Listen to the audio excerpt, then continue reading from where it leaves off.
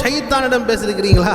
நீங்கள் எப்போ ஷைத்தான்கிட்ட பேசியிருக்கிறீங்களா? சுப்ஹானல்லாஹ், சஹாபாக்கள் பாருங்கள் ஷைத்தான்கிட்ட பேசியிருக்கிறாங்க, ஷைத்தானை பிடிச்சிருக்கிறாங்க. அதாவது இந்த அழகான சம்பவத்தை பாருங்கள். அது அபூ ஹுரைரா ரலியல்லாஹு தஆலா அன்ஹு அவர்களுக்கு நபிகள் நாயகம் ஸல்லல்லாஹு அலைஹி வஸல்லம் அவர்கள் ஒரு பொறுப்பு கொடுக்குறாங்க. என்ன பொறுப்பு கொடுக்குறாங்க என்பதாக சொன்னால், இந்த ரமதானுடைய மாதத்தில் சதக்கத்துல் ஃபித்ருடைய பேரிச்சப்பழத்தினுடைய அந்த மூட்டையை ரசூல் ஸல்லல்லாஹு அலைஹி வஸல்லம் அவர்கள் அபூ ஹுரைரா ரலியல்லாஹு தஆலா அவர்களுக்கு அது பொறுப்பாக கொடுக்குறாங்க. இது நீங்கள் பத்திரமா வைங்க, தேவைப்படும் போது நம்ம அதை எடுத்து நம்ம மக்களுக்கு தரணும் என்பதாக நாயகம் ஸல்லல்லாஹு அலைஹி வஸல்லம் அவர்கள் அந்த பேரிச்சப்பழத்தை அபூ ஹுரைரா ரலியல்லாஹு தஆலா அன்ஹு கொடுக்குறாங்க. அபூ ஹுரைரா ரலியல்லாஹு தஆலா அன்ஹு அவர்கள் கவனிக்கக்கூடிய விஷயம் என்பதாக சொன்னால், அந்த பேரிச்சப்பழம் குறைஞ்சிக்கிட்டே போகுது. என்னடா குறைஞ்சிட்டே போகுது என்பதாக இரவு நேரத்தில் அவங்க முழிச்சு பார்க்குறாங்க. ஏன்னா திருடன் வரானா என்பதாக பார்க்குறாங்க. பார்க்கும் பொழுது ஒருவன் அந்த வீட்டுக்குள் வந்து இந்த பேரிச்சப்பழம் எடுத்துகிட்டு போயிட்டு இருக்கிறான். அப்போ அது அபூ ஹுரைரா ரலியல்லாஹு தஆலா அன்ஹு அவர்கள் அந்த மனிதனை பிடிச்சிட்டாங்க. பிடிச்சிட்டு ஏன் எடுத்துகிட்டு போகிறேன், ஏன் திருடுறேன் என்பதாக கேட்கும் பொழுது, இல்லை நான் ரொம்ப பசியாக இருக்கிறேன், ரொம்ப பசியாக இருக்கிறது, நான் ரொம்ப நாளாக சாப்பிடலை, எனவே நான் எடுத்துகிட்டு போகிறேன், என்னை விட்டுருக்கேன் என்பதாக சொல்லும் பொழுது விட்டுட்டார். நாயகம் ஸல்லல்லாஹு அலைஹி வஸல்லம் இடத்துல அபூ ஹுரைரா ரலியல்லாஹு தஆலா அன்ஹு பகல் நேரத்தில் சொல்கிறாங்க, நாயகமே இரவு நேரத்தில் இப்படியெல்லாம் நடந்துச்சு என்பதாக சொன்னாங்க. அப்போ ரசூல் ஸல்லல்லாஹு அலைஹி வஸல்லம் சொன்னார்கள், அவன் ஷைத்தான் என்பதாக சொன்னாங்க. அவன் பொய் சொல்லியிருக்கிறான், அவன் ஷைத்தான் அவங்களை ஏமாற்றிருக்கிறான் என்பதாக சொன்னாங்க.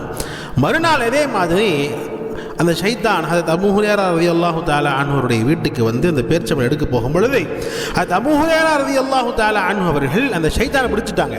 அந்த ஷைத்தானை பிடிச்சிட்டு சொன்னாங்க, இன்னைக்கு நான் வந்து உன்னை ரசூல் ஸல்லல்லாஹு அலைஹி வஸல்லம் தர்பாருக்கு கூட்டிட்டு போக போறேன் என்பதாக ஹதரத் அபூ ஹுரைரா ரலியல்லாஹு தஆலா அன்ஹு அவர்கள் அந்த ஷைத்தானை பார்த்து சொன்னார்களாம். சுப்ஹானல்லாஹ், பாருங்க, ஒரு சஹாபி ஷைத்தானை பிடிக்கிறாங்க, பிடிச்சிட்டு அவர்கிட்ட இந்த ஷைத்தான்கிட்ட பேசுறாங்க. ரசூலுல்லாஹ் கூட்டு போக போறேன், திருடுறேன்ல, ரசூலுல்லாஹ் கூட்டு போக போறேன் என்பதாக சொல்லி அவன்கிட்ட பேசுறாங்க. அல்லாஹு அக்பர். இன்னைக்கு நம்மளால் பேச முடியுமா? ஷைத்தானுடைய லேசாக ஒரு காற்று போச்சுன்னா கூட நம்ம அவ்வளோதான், இரவு 10 நாள் தூங்க மாட்டோம் இல்லையா? ஹைர், அந்த சஹாபாக்களுடைய ஈமானை பாருங்க. அல்லாஹ் அக்பர். அந்த சஹாபி பேசுகிறாங்க, ரசூலுல்லாஹ் கூட்டு போக போகிறேன் என்பதாக சொல்லப்படுது. அப்போ ஷைத்தான் சொல்லுகிறான், என்னை நாயகம் ஸல்லல்லாஹு அலைஹி வஸல்லம் கூட்டிட்டு போகாதீங்க, நான் உங்களுக்கு இரவு நேரத்தில் தூங்கும் பொழுது செய்யப்படுகிற ஒரு அமலை சொல்லித் தருகிறேன், அந்த அமல் நீங்கள் செஞ்சால் அல்லாஹ் உங்களுக்கு எவ்வளோ பெரிய நன்மைகள் தருவான் என்பதாக அதை நான் சொல்லித் தரட்டுமா அப்படின்னு சொல்லி கேட்கிறான் ஷைத்தான். அப்போ அது அபூ ஹுரைரா ரலியல்லாஹு தஆலா அவர்கள் கேட்கிறாங்க, சரி சொல்லிக் கொடு என்பதாக சொல்லும் பொழுது, அப்ப ஷைத்தான் சொன்ன வார்த்தையை நாம் கவனிக்க வேண்டும். நீங்கள் படுக்கைக்கு செல்லும் போது ஆயத்துல் குர்சியை முழுமையாக ஓதினால் காலை வரை அல்லாஹ்வின் புறத்திலிருந்து ஒரு பாதுகாவலர், ஒரு வானவர் உங்களுடன் இருந்து கொண்டே இருப்பார், ஷைத்தான் உங்களை நெருங்க மாட்டான் என்று அந்த ஷைத்தான் கூறினானாம். அதாவது இரவு நேரத்தில் தூங்கும் பொழுது, தூங்க போகிறதுக்கு முன்னால் ஆயத்துல் குர்சி ஒரு முறை நம்ம ஓதிடணும். ஆயத்துல் குர்சி ஒரு முறை நம்ம ஓதிட்டோம் என்பதாக சொன்னால் அந்த இரவு முழுக்க ஒரு வானவர், ஒரு மலக்கு நம்மை பாதுகாப்பாக வந்து நிற்பாங்க. ஷைத்தான் நம்ம நெருங்கவே முடியாது. ஷைத்தான் ஜின் எதுவுமே பக்கத்தில் வர முடியாது, எந்த தீய சக்தியும் பக்கத்தில் வர முடியாது. எனவே இவ்வளோ பெரிய அமல் சொல்லி கொடுத்துருக்கிறான் ஷைத்தான். அதற்கு பிறகு நாயகம் ஸல்லல்லாஹு அலைஹி வஸல்லம் இடத்துல மறுநாள் அது அபூ ஹுரைரா ரலியல்லாஹு தஆலா போய் சொல்கிறாங்க, நாயகமே இந்த மாதிரி நேற்று இரவும் ஷைத்தான் வந்தான், அவனை பிடிச்சேன், உங்கள்கிட்ட கூட்டு வரலான்னு பார்த்தேன், ஆனால் ஷைத்தான் அந்த நேரத்தில் எஸ்கேப் ஆகிறதுக்காக வேண்டி இந்த ஒரு வார்த்தையை சொல்லி கொடுத்தான் எனக்கு. அதாவது இரவு நேரத்தில் யார் ஆயத்துல் குர்சி ஓதுவார்களோ அந்த இரவு முழுக்க காலை வரை ஃபஜர் வரை ஒரு மலக்கு அந்த மனிதரை பாதுகாப்பார் என்பதாக அந்த ஷைத்தானுக்கு சொல்லிக் கொடுத்தான் என்பதாக சொல்லும் பொழுது ரசூல் ஸல்லல்லாஹு அலைஹி வஸல்லம் அவர்கள் சொன்ன இந்த வார்த்தையை நாம் கவனிக்க வேண்டும்.